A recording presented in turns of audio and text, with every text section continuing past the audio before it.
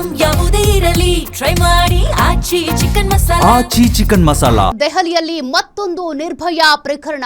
ಬಸ್ನೊಳಗೆ ಮಹಿಳೆ ಮೇಲೆ ಸಾಮೂಹಿಕವಾಗಿ ಅತ್ಯಾಚಾರ ಎಸಗಲಾಗಿದೆ. ದೆಹಲಿಯ ರಾಣಿಬಾಗ್ ಪ್ರದೇಶದಲ್ಲಿ ಪೈಶಾಚಿಕ ಕೃತ್ಯ ಎಸಗಿದ್ದಾರೆ.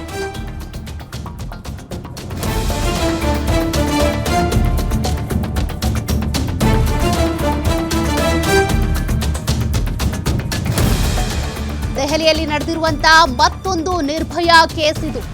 ಬಸ್ನೊಳಗೆ ಮಹಿಳೆ ಮೇಲೆ ಸಾಮೂಹಿಕವಾಗಿ ಅತ್ಯಾಚಾರ ಎಸಗಲಾಗಿದೆ. ದೆಹಲಿಯ ರಾಣಿಬಾಗ್ ಪ್ರದೇಶದಲ್ಲಿ ಪೈಶಾಚಿಕ ಕೃತ್ಯ ಎಸಗಿದ್ದಾರೆ. ಪಿತಾಂಪುರದ ಕೊಳಚೆ ಪ್ರದೇಶದ ನಿವಾಸಿ ಮೇಲೆ ರೇಪ್ ಮಾಡಲಾಗಿದೆ. ಮಂಗೋಲ್ಪುರಿಯ ಕಾರ್ಖಾನೆಯಲ್ಲಿ ಈಕೆ ಕೆಲಸ ಮಾಡ್ತಾ ಇದ್ರು. 30 ವರ್ಷದ ಮಹಿಳೆ ಸೋಮವಾರ ರಾತ್ರಿ ಕೆಲಸ ಮುಗಿಸಿ ಮನೆಗೆ ಹೋಗುವಂತ ಸಂದರ್ಭದಲ್ಲಿ ನಡೆದಿರುವ ಕೃತ್ಯ ಇದು. ಪ್ರಕರಣಕ್ಕೆ ಸಂಬಂಧಪಟ್ಟಂತೆ ಡ್ರೈವರ್ ಮತ್ತು ಕಂಡಕ್ಟರ್ ಬಂಧನ ಆಗಿದೆ.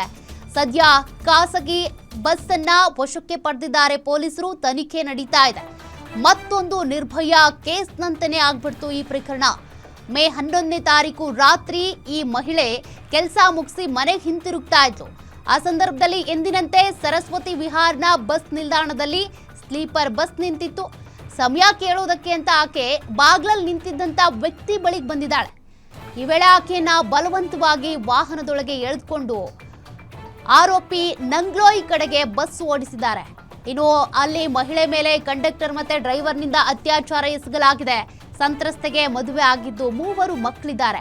ವೈದ್ಯಕೀಯ ಪರೀಕ್ಷೆ ನಂತರ ಎಫ್ಐಆರ್ ದಾಖಲು ಮಾಡಿಕೊಂಡಿರುವಂತಹ ಪೊಲೀಸರು ಈಗಾಗಲೇ ಆರೋಪಿಗಳನ್ನ ಬಂಧಿಸಿ ವಿಚಾರಣೆ ಮಾಡ್ತಾ ಇದ್ದಾರೆ.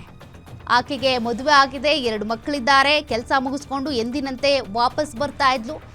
ಬಸ್ ಬಾಗಿಲ ಬಳಿ ಡೋರ್ ಹತ್ರ ನಿಂತ್ಕೊಂಡಂತ ವ್ಯಕ್ತಿಯ ಬಳಿ ಸಮಯ ಕೇಳೋದಕ್ಕೆ ಅಂತ ಹೋಗಿದ್ದಾಳೆ. ಆಗ ಬಲವಂತವಾಗಿ ಆಕೆಯನ್ನ ಎಳ್ಕೊಂಡು ಅತ್ಯಾಚಾರ ಎಸಗಿದ್ದಾರೆ.